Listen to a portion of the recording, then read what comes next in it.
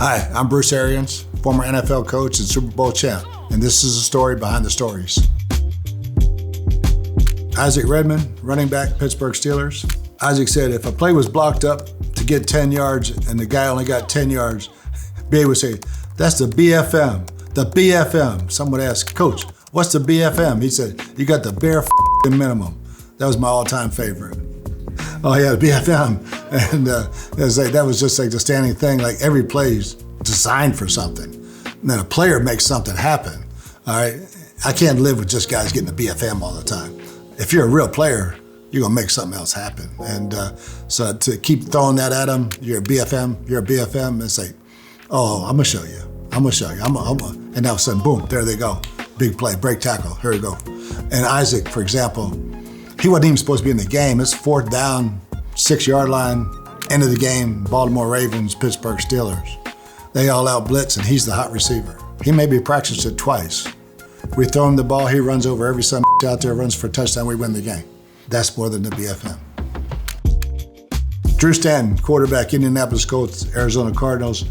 Drew said, "I don't know how to censor this, but he used to say, you're either a motherfucker or a stupid motherfucker." Well, there's, motherfucker, you can be really good. That's a good motherfucker, all right? Or you can be a stupid motherfucker, all right? That word can be used in a lot of different ways, all right? He's a handsome motherfucker. I do have a tendency to use that word a lot, and my mom still wants to wash my mouth out with soap. Oh, good one. Offensive line coach, Pittsburgh, Indianapolis, Arizona, and Tampa Bay. Goody said the first staff meeting every year, he would say, if you miss something with your kids, I'll fire your ass. Every year he would say, you can always come back to your work, finish something, but you can't get that moment back with your kids. I firmly believe that. I worked for Marty Schottenheimer, great coach, but he grinder. Man, was he a grinder. We weren't allowed to leave the building, so my son was playing junior high football. I would act like I was going jogging, go watch him play, come back, throw water all over me, act like I ran 5 miles and go back to work. So I knew I could get the work done. We had a walkthrough in Arizona, and our linebacker coach comes up and I said, "Wait a minute, isn't your son playing in the Pee Wee Championship over at Arizona State right now?" He said, "Yeah." I said, "What are you doing here?" He said, we got walkthrough." I said, "What are you gonna do at walkthrough? Get your ass over there." He got there just in time. Kids' eyes lit up, had a great game, they won the championship, and they never forget it. I mean, that's the time your family always comes first. A.Q. Shipley, Pittsburgh Steelers, Indianapolis Colts, Arizona Cardinals, and Tampa Bay Buccaneers. A.Q. said he's a big second chance guy. My rookie year, I was kind of a mess. I was spending too much time out and doing dumb stuff. Fast forward 3 years, I put everything I had into that year, and I think he watched me grow before his eyes. We were at a charity event that season, having a couple of pops by the bar. B.A. said, "I'm proud of you, man." I said, "Why is that?" He said, "Because I thought you were gonna be a drunk motherfucker, but you played your ass off." But you played your ass off and keep doing what you're doing, kid. Okay, you got me there. Yeah, Q was special, man. Q fell asleep in a rookie meet, an offensive meeting, and I ran over to slap him. Right before I drew back, one of the guys hollered, woke his ass up, because I was gonna drill him. He was spending too much time out partying. I'm a big second chance guy because I was given a second chance. I got kicked out of high school my senior year, the day after football season, and everybody that was recruiting me dropped me except one guy, and that was John Devlin at Virginia Tech. He helped get me to college, get me started. Joe Gilbert, offensive line coach, Indianapolis and Tampa Bay. Joe said, we came off the field and B.A. comes to the coaches and goes, "Hey, that was bullshit. That was one of the worst practices we've ever had. You guys better get your together." And right after that, he turns and walks away and goes, "Hey, Joey, where are we going drinking?" That was the greatest thing about B.A. He would get after you and expect your best, but he had a short memory. There was never a grudge. It was awesome to work for a guy like that. I'd tell him up front, "Look, you're gonna get called some ugly things. All right, that's just the way I communicate. I'm gonna get on your ass, it's gonna be ugly, but just talk about football. Your football sucks, you're a hell of a guy." And right there, the coaches, "You suck, but let's go have a drink and talk about it." And never lose sight of the fact we're all in this together. Harold Goodwin, offensive line coach. Harold said, everywhere he went, he won because he was consistent. He had 3 words, and I actually have them in my meeting room now. Trust, loyalty, respect. You give him those 3, you can work for him forever. It starts with trust. And trust isn't trusting someone else. It's trusting the man in the mirror. There's an old poem, "The Man in the Glass." I used to have it on the wall when I was head coach at Temple. The man in the glass. Don't lie to him. You can't bullshit him. If you're bullshitting him, you're worthless. And Loyalty is loyal to the cause. The cause is winning a championship. If you're making decisions anywhere on or off the field that are against winning a championship, it's being disloyal. Respect people, but this is about respecting the work process of coming to work every single day. My dad worked 7 days a week in a factory. He gave him everything he had every single day. So just respect that process of coming to work every single day and give it everything you have while you're in that building.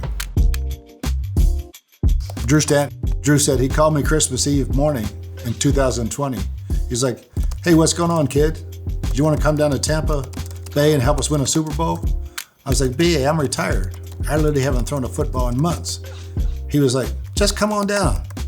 I told him I needed to talk with my wife. He goes, go spend Christmas with your family, talk it over. If you want to come down, we want to have you. Not many coaches would, but he made sure I could spend Christmas with my family.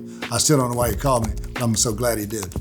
Yeah, it was COVID year, and we're going to Super Bowl, so we're allowed to add COVID players. Drew was always one of my favorite guys, and I said, look, if we can help get him a ring, plus he wouldn't need any practice. He knows the offense inside out. He's like a coach. I actually tried to get him to coach for me, and he didn't. He wouldn't do it. And so he would be a guy, if we lost all our quarterbacks for COVID, could actually play the game and give us a chance. Actually activate him for the game, too. So he was actually on the sideline. Just me wanting to repay a guy that gave me everything he had. So he got his ring. The other guy I called was Pat McAfee. And I said, hey, man, might need a kicker for COVID. Can you kick? He said, yeah. I said, you don't even have to come down here. Just start kicking and get in shape, just in case we lose our kickers. We'll fly you in for the game. He said, I got to pass a drug test? I said, yep. Oh, I'm out.